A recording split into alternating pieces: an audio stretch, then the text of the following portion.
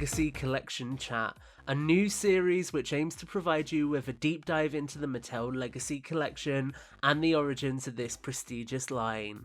I'm your host for the series, Tom Jurassic, and with me today, as always, is the man himself, JC.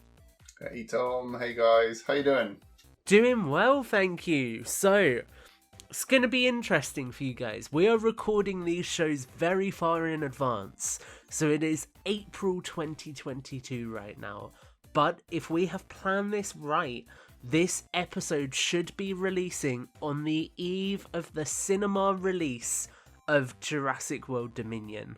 Ooh. So very, very exciting times. JC, how are you feeling about the fact that this will be going out right before we're both on an adventure to see Dominion? Wow. I mean, yeah, I think it's a very exciting time the night before. I tend to be a little bit anxious as well. Yeah. But also, I think the viewers should expect that I will do a video like I've done with all of the Jurassic World films so far. Sharing my thoughts about the film. And maybe we could do a discussion about it. I think that's a good idea. Both seen it, because that would be a cool thing to do. Yeah, I think that's a fun idea. Now, there is a chance that listening now, you may have already seen the film, because the UK release is currently the 10th of June, but it's up in the air as to whether that's going to change or not. So if it does change, you may have already seen the film at this point, which is very exciting. So do stay tuned for content around that. Obviously, today's episode is continuing Legacy Collection Chat, and we will be continuing through the rest of the 2021 toy line leading up to our final episode, so we won't be covering any of the products that are currently hitting shelves to tie into the Dominion toy line, although we may be reviewing them on the channel. But if you would like a second season of Legacy Collection Chat to look at those toys specifically releasing alongside Jurassic World Dominion, so toys like the kitchen encounter set, toys like the sauropod that's name has escaped my mind again, then we will be open to doing that. So let us know what you're thinking if you'd like more in the comments below. So, The Lost World is a personal favourite entry in the Jurassic Park franchise for me. Following on from the original blockbuster in 1993, a lot of pressure was on this entry to deliver, and it did, especially when it came to the dinosaur department, so we love seeing Mattel taking inspiration from the sequel. The Legacy Collection Tyrannosaurus Rex pack took 2018's juvenile T-Rex, gave it a new colour scheme, and released it around a repaint of the Extreme Chomping Rex to resemble the male Tyrannosaurus from the Lost World film. Mummy may be very angry, but we're still waiting for her release. So in this episode we will take a closer look at the father and daughter Tyrannosaurus from the Lost World. So JC, what do you think of this 2-pack, and is it one that you've got for your collection? You know, this is one from the Legacy line that I really regret not picking up. It's probably, the rule of thumb with me is like, if it's Jurassic Park, I'll tend to pick it up. If it's The Lost World, I'll wait until it comes down to a reasonable price. And there was a point when you contacted me and said, look, JC, it's half price or low price here in the UK. It was on Amazon. It was £20 I paid. Oh my goodness. Yeah, so I really regret not doing that at the time. I can't remember why I didn't do that. I think I maybe had bought something from the Legacy line shortly before. But yeah, I regret not doing that. Yeah. But it looks like a fantastic pack, and I love the vibrancy of the colour here. Again, it's like I've said before, they feel like stylized toys because the colors are so bright and so vibrant. They almost feel like cartoon or computer animation versions of them. That with the kind of the speckling paint job that they do all over the body. I think that kind of it adds a sort of painterly look to these dinosaurs rather than trying to strive for realism. So in that way, they're kind of like art toys. They're kind of like art pieces as well for collectors, which is a nice thing. And it's just great to see these two characters, these two creatures from the Lost World, so memorable. Yeah. Especially the interaction at the end of the Lost World with Ludlow. It's a very memorable and quite scary moment. Yeah, definitely. Quite brutal and animalistic, I'd say. Yeah, but it's really. weird because it's also quite tender. Yeah, it is. That Spielberg does that. He Yeah. combines the intimate and the tender with the like horrible and the gory, and those things really don't sit well. Yeah. There's moments of that in Saving Private Ryan and other films that he's done, and it really turns your stomach. It's very clever. It is. It's a really cool way of creating like an instant contrast that's a lot more impactful, I think. Yeah. So I wanted to ask, obviously earlier in this season we looked at the single car back 2018 release of the Juvenile T-Rex, and it's a different repack here where the colour scheme is slightly more lime green, I'd say. So in your opinion, does this one look more or less accurate to you? I'd say the one that's more lime green looks less accurate to me. I prefer it darker, but then again, like I'm saying, they do feel like sort of stylized versions. Even the one that comes in the 2-pack has a sort of like a more of a sort of yellowy quality as well. Yes, yeah. So I don't know. I think none of them really feel like they're spot on. I think if you look at like the Papo T-Rex that they did, that kind of feels more spot on. It's quite dark and quite earthy. And even the Buck T-Rex, even that feels bright in its coloration. So for me, it's almost like they're like cartoon versions of the dinosaurs in that film. Yeah, I agree with that. I think it's interesting making that comparison actually, because it kind of shines through when you think about how easily Mattel transitioned into toys based on Camp Cretaceous. Partly because their style already felt like it merged with that artistic choice so well.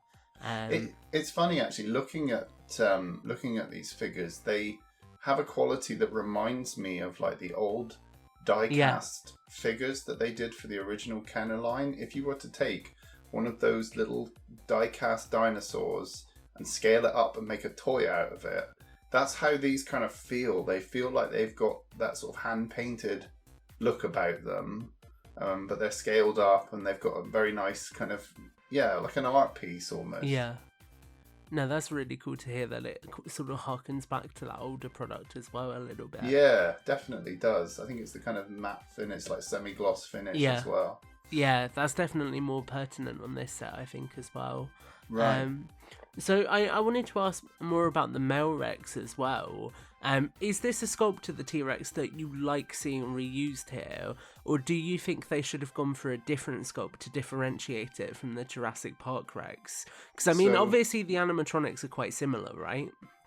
So in this case, they recycled the sculpt from the female. Is that what you're saying? From the Legacy line? Yes, it was the previous Extreme Chomping figure that we looked at. It's the exact same figure, just repainted. I think they pull it off. I think they get away with it. With Jurassic Park and the Lost World Kenner toy lines, you had, the fact that this was a new film, so they had the kind of like ability to, make new molds and make new, completely different T-Rexes because it was a separate film. But in this case, when they're having to create the whole Legacy line in one go, I think it's kind of acceptable that they would use that female skull. It would be nice to have some skull differences because those are like the very noticeable things about the differences between the male and the female, mainly in the skull. So it would have been cool to have had those differences.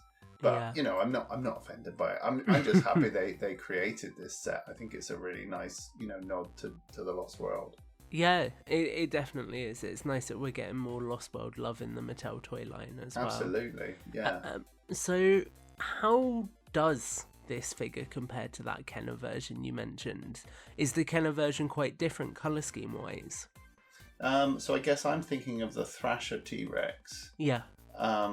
Which I really like. I'd say in this case, the Thrasher T-Rex is probably superior. Yeah. Because it's got a more earthy, darker colour scheme. It's got the rubbery skin, the play feature. I don't know, I guess the play features are probably similar, but you also had the capture gear with the original Thrasher T-Rex. So I think actually in this case, this is one where Kenner still beats this toy.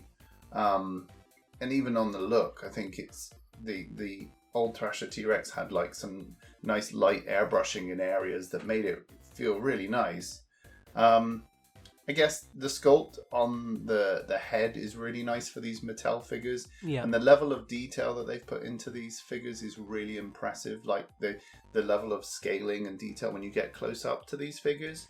So in that regard, there is a little bit of an edge on it in terms of the detail that they've created for this new toy. But I still think overall, I think the Thrasher T-Rex thrashes it. I think you're a man of classic taste, JC. Yeah, I am indeed. But there is also the Bull T-Rex toy. Yeah. And I guess I would say this is better than the Bull T-Rex. But I still have a real soft spot for that Bull T-Rex because of how absurdly big it is. The fact that it has those glass eyes and the fact that you can feed things in its belly and retrieve them from its belly.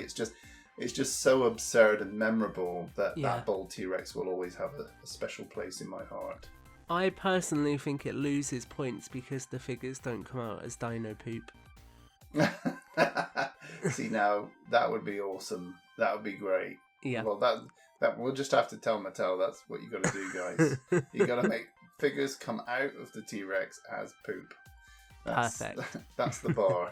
That's my sales pitch, right there. So did we ever get 2-pack releases of different dinosaurs in the Kenner days? Because obviously this is sort of a juvenile and an adult, and I feel like from the conversations we have already had at least, this isn't something that they ever did back in the day. So am I right in that, or is it something that they experimented with? So actually, one of the things I was saying was like when I went into the shops originally and saw the Jurassic Park Kenner line, I couldn't afford the bigger Tyrannosaurus Rex. Yeah. But I really wanted it, so the nearest thing I could get was Muldoon, and he came with a baby T-Rex, a little brown one. So in that case, you could get smaller versions, so when you had the Red Rex and that baby brown Rex, that was a cool play feature because you had a baby version in the Jurassic Park line. Yeah. So in that regard, you did have a parent and a child dinosaur. Yeah. But they were sold separately, so it was that figures sold separately thing. That is definitely becoming the catchphrase of this show, isn't it? Absolutely. So I guess to round this out, is this the kind of pack that you'd like to see more versions of in the future? So, say for example, Camp Cretaceous, an adult version of Bumpy, a juvenile version of Bumpy. I guess sort of a Stegosaurus from the Lost World with a juvenile Stegosaurus, those sorts of things. And do you think the mother is a figure that Mattel need to make to add to the line as well? Yeah, I guess if you were going to do like an Uber pack, then you could have, the mother, father, and the baby. Yeah, that would be a cool pack, and kind of maybe give the baby like an exclusive sculpt for a broken leg. Oh, that'd be great. Yeah, that'd be awesome. Yeah, I guess. The only thing they could do maybe is like hark back to the nostalgia of the Thrasher Rex and do some like capture gear as well. So like or create some kind of thing like a play set that allows you to recreate scenes from the Lost World. So I don't know, like a camp set. Yeah. With like Tembo, Roland Tembo. Yeah. And that would be cool. And Ludlow, maybe Ludlow in a set would be cool. But yeah, I would like to see like parent-child dinosaurs. I think that's quite cool. I think in terms of playability, I think that's quite nice to have, a parent and a child, especially with the Stegosauruses from, the Lost World. If they did a really nice Stegosaurus, that would be cool as well. I don't know how well it would sell because I think the carnivores probably sell better than the herbivores, to be honest. Yeah. But yeah, it would be cool to see more parent-child. And I guess they could probably reuse some of the sculpts they've got to make those. You could do an adult Triceratops and a juvenile, maybe. That would be cool. That would be cool, yeah. Yeah, so there is a lot of talk about juveniles in the fandom, especially around the new film. And who knows, at this point, we're going to know whether they are in the film or not. So that's really cool. And potentially there's some opportunities for more toys there as well, which would be really awesome. Yeah. So we shall just have to wait and see what happens with the rest of the line. And who knows, at the time you're listening to this, more juvenile toys could have even been announced by Mattel already. So, with all of that said, that is going to be it for this episode of Legacy Collection Chat. So make sure to stay tuned to Jurassic Collectibles throughout the next couple of weeks. This is episode 9, so we have got 3 episodes of season 1 left. And they are some fun episodes, so we're really excited to revisit some of the hot ticket items from the Legacy collection and give you a chance to hear JC's thoughts on them for the first time. So do make sure you are staying tuned for those episodes. If you'd like to find me on social media at all, you can find me at Tom Jurassic. And JC, why don't you sign off? So don't forget, guys, to rate, comment, and subscribe. And we'll see you guys in the next episode of the Legacy Collection Chat.